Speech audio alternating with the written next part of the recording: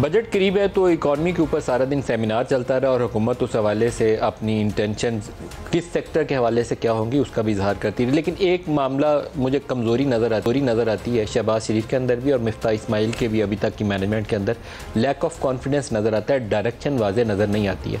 Petroleum मसनूआत की कीमतें शाहिद खाकान अब्बासी इस मामले में ज़्यादा क्लैरिटी रखते थे कि डे 1 इसके ऊपर एडजस्टमेंट होनी चाहिए थी। अगर करनी है तो डे 1 करें, नहीं तो अपने घर जाएँ, किसी और को आके करने दें, क्योंकि फैसले टालने का एक दफ़ा हम पहले भुगत चुके हैं 2018 में जब पीटीआई की हुकूमत आई और 7-8 माह ये फैसला नहीं ले सके। तो उस तरह की मिस्टेक करने की दोबारा गुंजाइश बनती नहीं। आपके सामने एक पूरा मॉडल पड़ा है कि आपने 7-8 माह में क्या नुकसान किया था पाकिस्तान का, तो क्या दोबारा दोहराना चाहिए उन मिस्टेक्स को? तो दोबारा वो गलतियाँ दोहराई और क्योंकि कन्फ्यूजन ये थी कि कीमत इतनी ज़्यादा पेट्रोलियम के ऊपर करनी थी और सियासी कीमत चुकाते हुए शहबाज शरीफ गुरेज कर रहे थे और ये दुरुस्त फैसला नहीं था।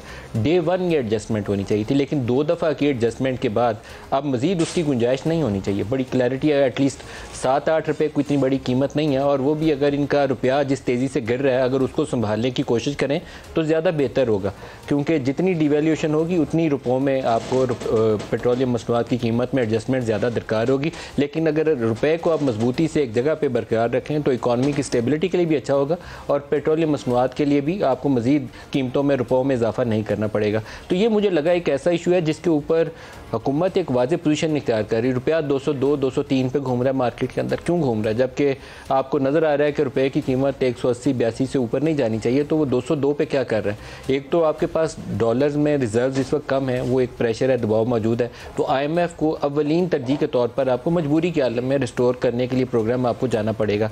इसके बाद लॉन्ग टर्म सोल्यूशन क्या है? लॉन्ग टर्म क्या हम बार बार 3 महीने के बाद IMF के आगे खड़े रहेंगे? यकीनन ये पाकिस्तान की बका के लिए और पाकिस्तान की इकनॉमिक रिवाइवल के लिए ये एक हल नहीं है।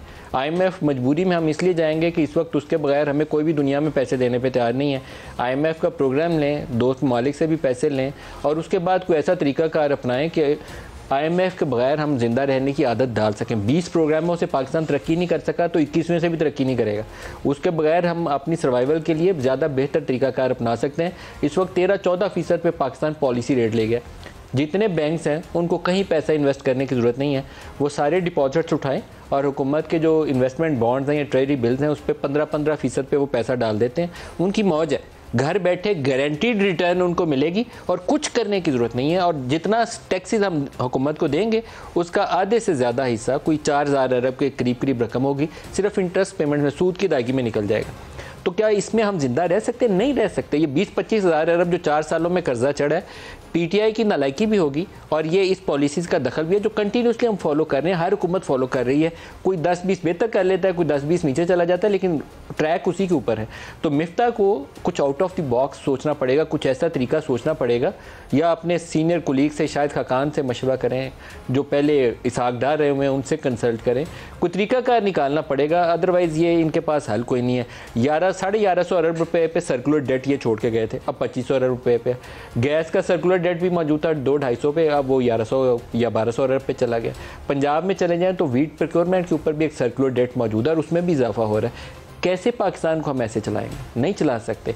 आपने जो बुनियादी हमारी अजनास थी उसमें आपने सरप्लसेस जनरेट किए, लेकिन वो वीट आपकी स्मगलिंग हो गई, वो आपके साथ हमसाया ममालिक में पाकिस्तान से स्मगल होकर जा रही है। हमारी आबादी की ज़रूरियात के हिसाब से वीट पाकिस्तान में प्रोड्यूस हो रही थी, लेकिन क्राइसिस इसलिए आया कि स्मगल हो गई। तो इसमें मैनेजमेंट के इशूज़ थे। शुगर आप प्रोड्यूस कर रहे हैं लेकिन अब आप सब्सिडी मांग रहे हैं कि बाहर एक्सपोर्ट करें। आपके पास कॉटन 15-16 मिलियन बेल से 7-8 मिलियन बेल पे आ गई है। कॉटन बेल्ट के अंदर लोग गन्ना उगाना शुरू कर दें तो मेरे ख्याल में हुकूमत को इसके ऊपर तो बाकायदा अकाउंटेबल ठहराना चाहिए। बड़ा सख्त लफ्ज़ है लेकिन जूते मारने चाहिए, क्योंकि हमारी मेन स्टे है टेक्सटाइल एक्सपोर्ट्स और टेक्सटाइल एक्सपोर्ट्स आपकी बुनियाद हो एक्सपोर्ट्स के ऊपर। 30 अरब डॉलर में से आप 18-19 अरब डॉलर की बरामदा सिर्फ टेक्सटाइल कमा के दे रहा हो और आपके पास कॉटन की पॉलिसी ना हो। कॉटन की दुनिया में कीमतें अगर 9000 में, पाकिस्तान में 6000 हैं, तो हम इम्पोर्ट ही करेंगे, फिर लोकल लोग तो ग्रो नहीं करेंगे। ये कुछ चीज़ें ऐसी हैं जो बुनियादी चीज़ें हैं बिल्कुल, जो शहबाज शरीफ को भी पता है, नवाज़ शरीफ को भी पता होगा, मिफ्ता को भी पता है, तो फिर ये कर क्यों नहीं रहे? यहाँ मुझे लगता है कि ये कमज़ोरी दिखा रहे हैं, बड़ी क्लियर डायरेक्शन के साथ आगे नहीं बढ़ रहे।